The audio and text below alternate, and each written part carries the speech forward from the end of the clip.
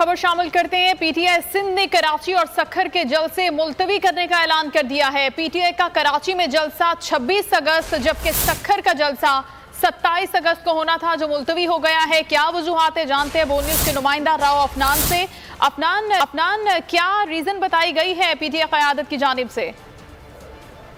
PTI की मुकामी क़यादत ने इस हवाले से फैसला किया कि सिंध में शदीद बारिशें हो रही हैं और बल्दियाती इंतखाबात भी मुलतवी हो चुके हैं। इसके बायस जो है अब मुकामी क़यादत ने फैसला किया है कि जो कराची के अंदर जलसा होना था उसे भी मुलतवी किया गया और उसी के साथ साथ सखर जलसा भी मुलतवी कर दिया गया।